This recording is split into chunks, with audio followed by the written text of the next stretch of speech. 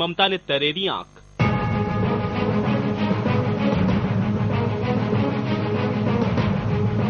फिर मुलायम ने भरी अंगड़ाई।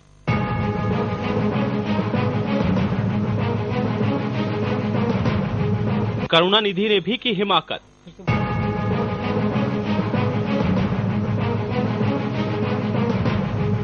अब माया ने भी दिखाई ताकत।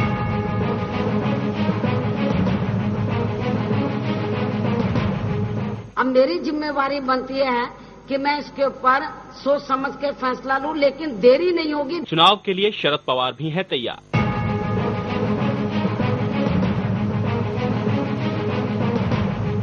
हमारे साथियों को भी ये कहा है कि ऐसी परिस्थिति पैदा हो जाएगी तो हमें चुनाव का सामना करना पड़ेगा। जारी है यूपीए 2 का सस्पेंस।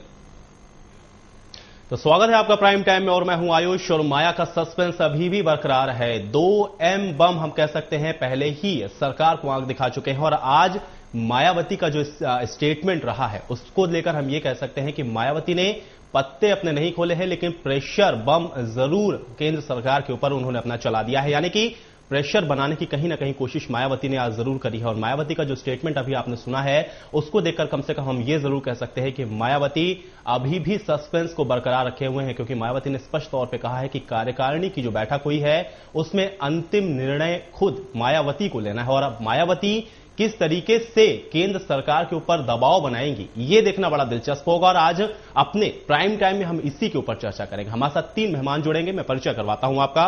राजेंद्र रवाना, आप कांग्रेस से हैं, आपका स्वागत है हमारे कार्यक्रम में। इसके अलावा राघवेंद्र दुबे, आप सपा से हैं, आपका भी स्वागत करता हूं मैं कार्यक्रम में।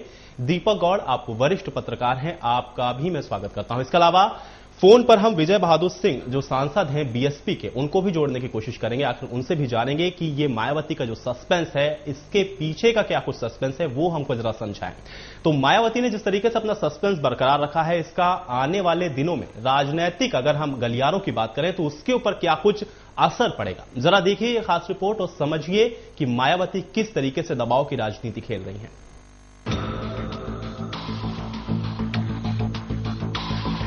यूपीए 2 में जारी ये उथल पुथल थमने का नाम नहीं ले रही और बदस्तूर जारी है। एक के बाद एक साथी केंद्र सरकार पर बंदर घुड़की देने में लगे हुए हैं। पहले ममता, मुलायम और एम करुणानिधि और अब एक साथ शरद पवार का ये कहना कि हम चुनाव के लिए तैयार हैं। चुनाव 2014 से पहले आने की संभावना है। आज जो एक देश की परिस्थिति है, तृणमूल कांग्रेस का निषेध हो, मालूम है बीएसपी का निषेध होने वाला है, ऐसे आप लोगों ने अच्छा पाए टेलीविजन में दिखाया है। इसमें क्या होने वाला है ये सब देखने के बाद कोई भी पॉलिटिकल पार्टी हो, ये सभी पॉलिटिकल पार्टी को लोगों के सामने जाने की हमेशा तैयारी रखनी चाहिए। हमने हमारे साथियों को भी ये कहा है कि ऐसी परिस्थिति पैदा हो जाएगी तो हमें चुनाव का सामना करना पड़ेगा। बात शरद पवार तक ही सीमित रहती तो ठीक था, लेकिन इधर मायावती ने भी अपनी राष्ट्रीय कार्यकारिणी की बैठक के बाद यूपीए 2 में समर्थन पे सस्पेंस बरकरार रखा है। केंद्र सरकार की जो जन विरोधी नीतियां हैं उसके ऊपर डिटेल में चर्चा हुई है। तो सारी नीतियों के ऊपर सबने अपनी बात भी कल रखी है। आज भी मैंने उनकी बात सुनी है, तो उन्होंने ये सब फैसला मेरे ऊपर छोड़ दिया है। अब मेरी जिम्मेवारी बनती है कि मैं इसके ऊपर सोच समझ के फैसला लूं, लेकिन देरी नहीं होगी। हालांकि राजनीतिक पंडित पहले से ही माया के इस कदम की उम्मीद कर रहे थे। उम्मीद की जा रही थी कि मायावती उत्तर प्रदेश के वर्तमान राजनीतिक हालात को देखते हुए यही फैसला करेंगी, और हुआ भी वही जिसकी उनसे उम्मीद की जा रही थी। दरअसल मायावती के यूपीए में बने रहने की 3 मजबूरियां हैं जिन्हें वो नजरअंदाज नहीं कर सकती। मुलायम का केंद्र में बढ़ता कद। दरअसल मायावती की समर्थन वापसी से केंद्र में मुलायम सिंह का कद बढ़ना तय था, जो मायावती कभी नहीं चाहती। सीबीआई की फजीहत।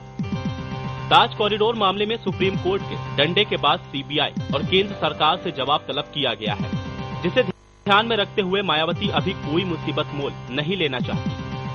प्रमोशन में रिजर्वेशन का बिल। 2014 के आम चुनावों को ध्यान में रखते हुए मायावती के लिए प्रमोशन में रिजर्वेशन का बिल पास करवाना बड़ी चुनौती बना हुआ है, जिसे वो सरकार से बाहर रहकर पास नहीं करवा सकती, जिससे उनका बहुत बड़ा वोट बैंक हाथ से खिसक जाएगा। ये वही बिंदु है जो मायावती के लिए मजबूरी बने हुए है।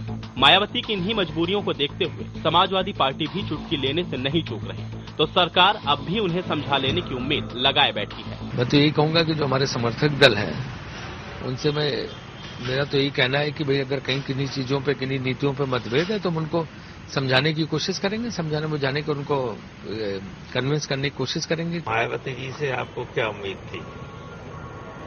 इससे ज्यादा कोई उम्मीद थी किसी को? लेकिन जो थी वो एवरीबडी न्यू कि कोई डिसीजन नहीं होगा। एनसीपी की तरेरी, सपा की चुटकी, माया की मजबूरी और सरकार की जिम्मेवारी, चारों को मिलाकर देखें तो अभी सरकार को गिरने की उम्मीदें ना के बराबर ही हैं। लेकिन इतना तो साफ है कि सरकार के लिए ऑक्सीजन और बैसाखी बने मुलायम और माया कब साथ छोड़ते कुछ कहा नहीं जा सकता। सुदर्शन न्यूज के लिए अरुण कुमार, शिवहरे की रिपोर्ट।